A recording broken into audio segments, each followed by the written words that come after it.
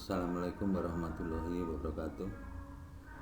Pada hari ini kita kuliah mekanisasi dan bangunan pertanian dengan bab perawatan dan pemeliharaan alat mesin atau traktor, agar alat atau mesin atau traktor dalam penggunaannya tidak mengalami hambatan dan siap untuk bekerja, maka perlu dilakukan perawatan dan pemeliharaan. Adapun tujuan dari perawatan dan pemeliharaan, tujuan umumnya adalah untuk mempertahankan kondisi alat atau mesin sebaik-baiknya selama dipergunakan untuk mempertahankan umur pemakaian. Agar terhindar dari kerusakan besar, maka kerusakan-kerusakan kecil harus segera ditemukan dan diperbaiki. Tujuan khusus dari perawatan dan pemeliharaan adalah pemeriksaan dan perawatan rutin berkala, akan membantu dalam mengantisipasi kerusakan yang lebih jauh yang akan mengakibatkan fatal. Kemudian mengurangi downtime unit, yaitu kerusakan lebih awal. Jadi pemeliharaan dan perawatan itu menghindari agar alat tersebut atau mesin itu tidak segera rusak. Kemudian juga memberikan efektivitas kerja unit, dan kalau itu tercapai, efektivitas kerjanya tercapai, maka target kerja juga akan tercapai. Kemudian perawatan dan pemeliharaan itu ada beberapa hal yang perlu dibahas. Satu diantaranya adalah perawatan harian, kemudian perawatan rutin berkala based on hour machine, jam mesin. Ketiga, perbaikan ringan. Yang keempat adalah overhaul. Dasarnya juga berbasis jam kerja. Kemudian perawatan harian itu apa saja yang dilakukan dalam perawatan harian. Berarti kalau perawatan harian itu adalah perawatan yang dilakukan setiap hari dengan melakukan pemeriksaan. Jadi pemeriksaan itu juga merupakan bagian daripada pemeliharaan atau perawatan. Pemeriksaan dan perawatan harian meliputi pemeriksaan seluruh level di oli sebelum mesin dihidupkan. Jadi setiap hari kita bisa mengecek pada saat kendaraan atau traktor tersebut sebelum jalan, maka perlu dilihat, dilakukan pemeriksaan seluruh level oli sebelum mesin dihidupkan. Jadi bisa dilihat tangkai ukuran, itu bisa dilihat, kemudian itu levelnya di level bawah atau level atas, kita lihat. Tapi kalau itu misalkan masih separuh minimal, itu masih tidak apa-apa. Tapi kalau ukurannya di bawahnya, di dekat dengan low, itu perlu diisi, ditambah ulinya atau diganti ulinya. Kemudian pemeriksaan air baterai beserta kabel-kabelnya. Jadi aki, menggunakan aki basah atau aki kering.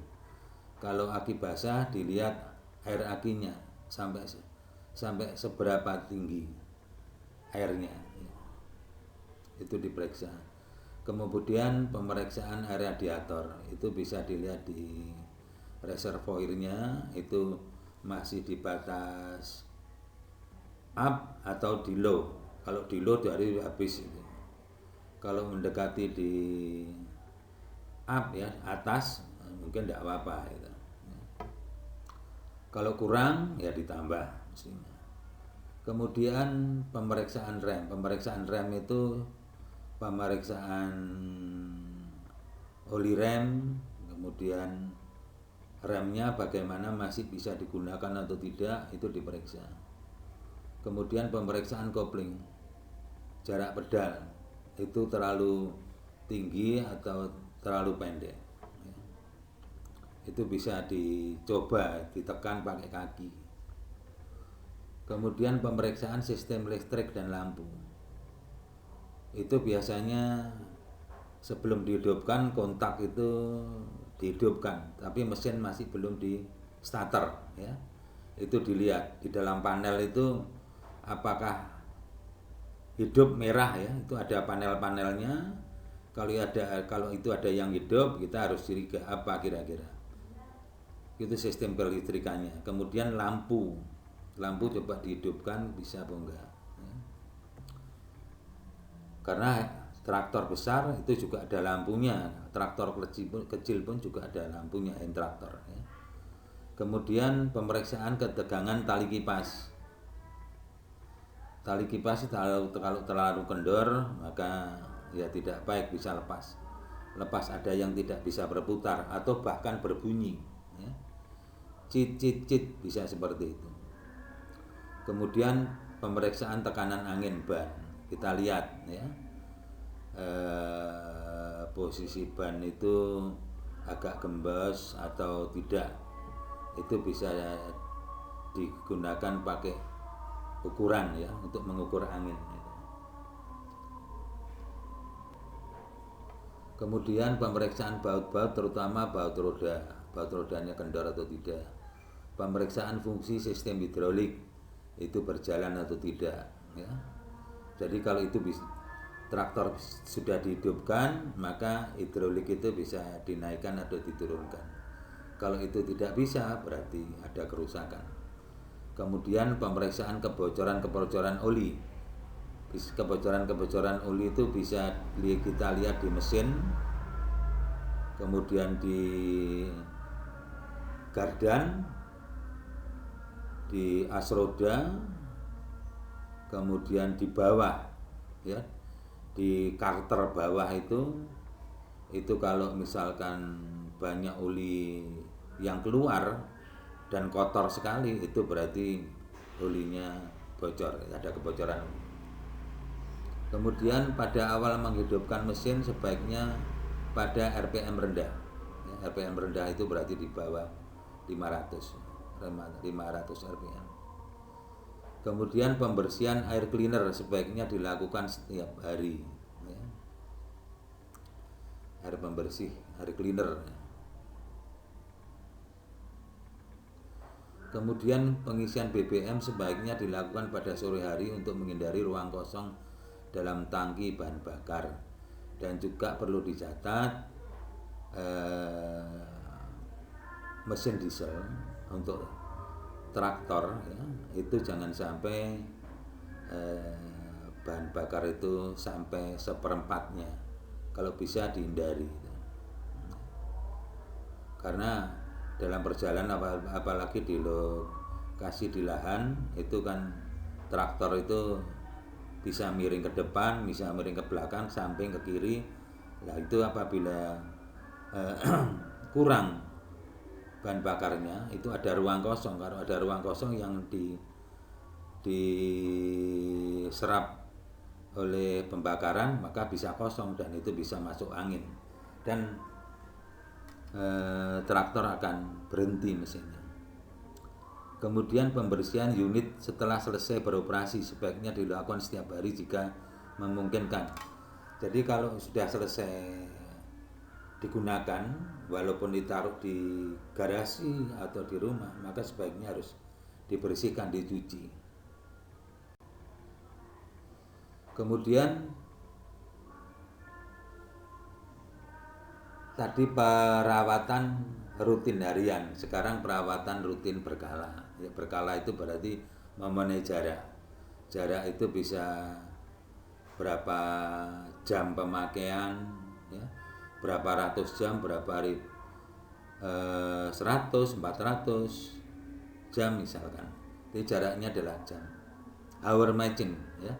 Perawatan berkala dijelaskan pada jam kerja mesin. Ya, jam kerja mesin itu ini HM, hour matching, ya. Biasanya mengikuti rekomendasi dari pihak pabrikan. Ya. Pelaksanaan bisa dilakukan sendiri atau dengan pihak lain atau vendor. Kegiatan meliputi, ya, pemeriksaan rutin kondisi unit, jadi pemeriksaan secara keseluruhan. Kemudian penggantian minyak pelumas, dasarnya adalah HM ini jam kerja. Kemudian kalau misalkan ada, itu adalah penggantian suku cadang, ya, tapi lama sekali biasanya ini, ya. Namun kalau itu misalkan pekerjaannya berat, ya suku cadang biasanya bisa juga lebih awal, jadi tidak sesuai dengan target, ya. Jadi misalkan itu mesinnya baru di penggantian suku cadang itu 2 tahun, karena penggunaan yang berat sekali itu bisa maju kurang dari 2 tahun misalnya seperti itu. Nah, ini contoh jadwal servis berkala beberapa unit alat berat.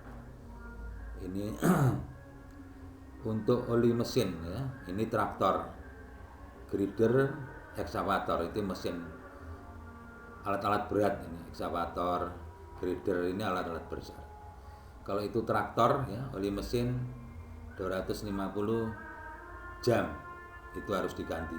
250 itu jam kerja, ya. Kemudian oli hidrolik SI10 itu 1000 jam. Grader sama, ya, sama. Oli filter, nah semuanya diganti pada 250 jam kerja. Full filter, ya. Ini filter bahan bakar ini, ya. Ini 500 jam. Kemudian air cleaner, ya. Air cleaner itu air pembersih radiator ini 1000 jam. Hidrolik oil filter itu 1000 jam. Ini contoh jadwal servis berkala beberapa unit alat berat. Kemudian pemeliharaan berikutnya adalah servis kalau terjadi kerusakan. Traktor itu sebaiknya jangan diperbaiki sendiri, tapi diserahkan pada ahlinya, ya. Di antaranya dilakukan bila terjadi kerusakan insidental, ya. Kalau pada operasional melakukan pembajakan di lahan, nah ini kan kejadian insidental. Kalau itu misalkan terjadi kerusakan, dilakukan sendiri atau dengan pihak lain. Jadi ada perbaikan atau servis itu. Kalau servis ringan itu bisa dilakukan sendiri. Kalau itu berat sebaiknya dilakukan oleh pihak lain. Artinya diserahkan pihak yang ngerti, ya. Kemudian penggantian suku cadang sistem. Ini kalau model kantoran ada sistem penyediaan barang. Jadi barang-barang suku cadang biasanya dipersiapkan. Kemudian kalau itu juga di lembaga atau di perusahaan-perusahaan, maka juga ada sistem pengeluaran barang, ya. Ada sistem penyediaan barang untuk persiapan kalau sekali-kali ada, sewaktu-waktu ada kerusakan. Kemudian penyediaan suku cadang disesuaikan dengan budget, diatur berdasarkan kebutuhan, harus ada batas minimal stok. Jadi ada stoknya ini, sehingga karena traktor itu khusus ya, suku cadangnya itu tidak mudah didapatkan di setiap toko ada, tapi biasanya pesan di luar negeri. Ya kita harus pesan, makanya harus nyetok. Ya, kemudian stok itu diatur per satuan waktu, faktor jarak, ya. Kemudian proses penyediaan barangnya bagaimana.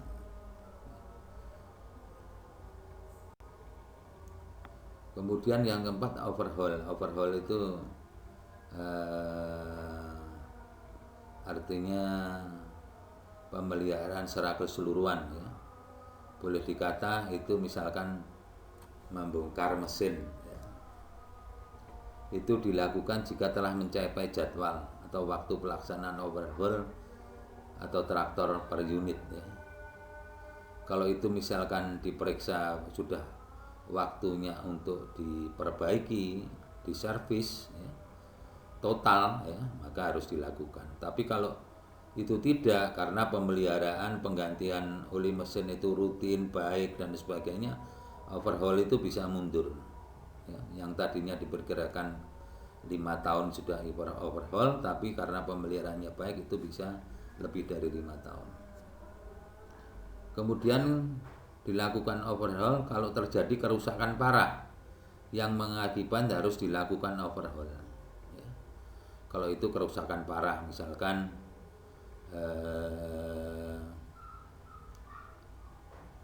sistem pembakarannya tidak bisa bagus ya, karena mungkin common railnya atau bospomnya yang rusak, kemudian masuk di dalam ruang pembakaran, di situ ada seker ya, kemudian berseker dan lain sebagainya. Itu kalau rusak ya perlu harus diganti.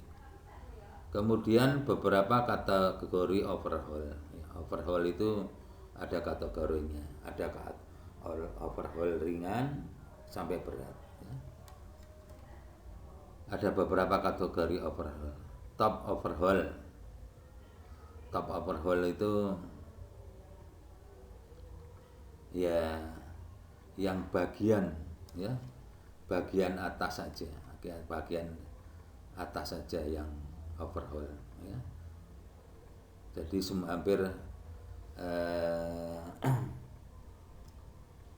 hampir semuanya ya yang harus dilakukan perbaikan. Kemudian ini tidak hanya engine aja ya perbaikan, mungkin juga bodi dan lain sebagainya. Kemudian bagian-bagian yang lain, roda, hidrolik, gearbox dan yang lain-lainnya ya. Ini disebut dengan top overhaul. Kemudian engine overhaul, engine itu hanya mesinnya aja. General overhaul itu secara keseluruhan ya, berarti hampir semuanya dilakukan perbaikan ya.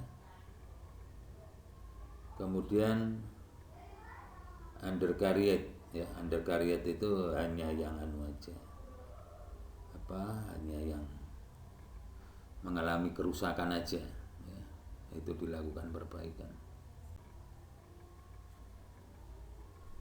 Ini jadwal overhaul beberapa jenis alat ya. Undercarriage, top engine, general engine. Kendaraan ringan. Nah, kendaraan ringan 75.000. Top overhaul ya. Truk dump truck 50.000, 120.000, ini jadwalnya ya.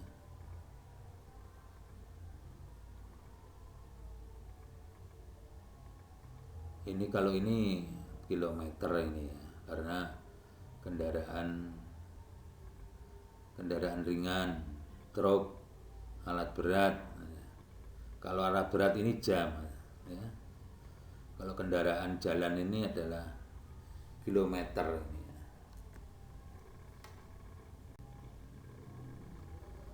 Kemudian pemeliharaan mesin itu yang utama adalah sistem pelumasan. Ya. Karena itu sangat penting. Apabila sudah waktunya ganti kemudian tidak diganti, maka itu pengaruhnya luas sekali.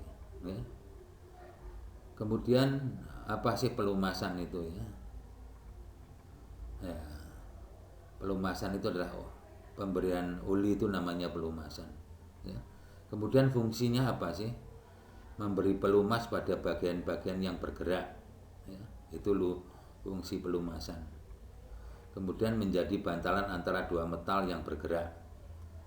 Kemudian sebagai pendingin karena panas diserap oleh oli dan didinginkan di ruang karter. Kemudian sebagai seal untuk mencegah kebocoran kompresi ke ruang karter. Ya. Ini fungsi pelumasan. Nah ini bagian A, ini bagian B. Kalau ini tidak ada pelumasnya maka ini mepet ya. Ini ada gesekan, ini cepat aus ya. Kalau ada pelumasan, ini ada lapisannya ya. Jadi tidak saling bersinggungan antara bagian A dan B, bagian besi A dan bagian besi B. Contohnya kalau itu ditorak, diseker ya. Torak ya, seker dengan dinding seker itu, maka tidak terjadi gesekan karena di sini dibatasi oleh oli, oleh pelumas. Kemudian kita harus mengetahui kekentalan uli. Kekentalan uli itu biasanya dinyatakan dengan singkatan SAE, Society Automotive Engineers ya. Mengklasifikasikan oli berdasarkan kekentalannya. Jadi kalau SAT itu ada nilainya, maka nilai itu adalah nilai kekentalan ya. Semakin besar nilainya maka oli semakin kental. Contohnya oli SAE 10 untuk hidrolik ini lebih encer bila dibandingkan SAE 30 untuk oli mesin ya.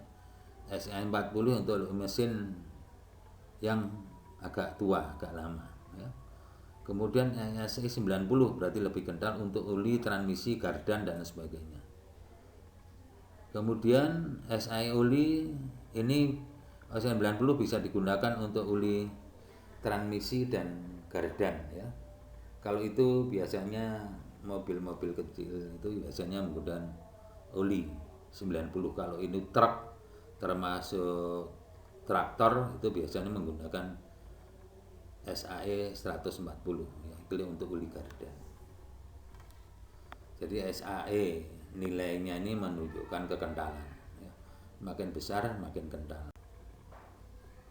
Penggunaan pelumasan, keteledoran dalam pemeriksaan dan pergantian oli serta pemakaian oli yang rendah mutunya akan mengakibatkan kerusakan yang fatal. Hal yang harus diperhatikan dalam pelumasan adalah gunakan oli bermutu dan jangan berganti-ganti merek, pemeriksaan oli sebelum operasi, penggantian oli yang tepat, rekomendasi pabrik pembuat mesin. Jadi oli itu apa saja yang direkomendasikan oleh Pak. Saya kira itu ya kuliah untuk perawatan dan pemeliharaan mesin atau alat atau traktor ya. Saya kira itu. Kalau ada pertanyaan nanti bisa melalui WA atau melalui email. Saya kira itu. Assalamualaikum warahmatullahi wabarakatuh.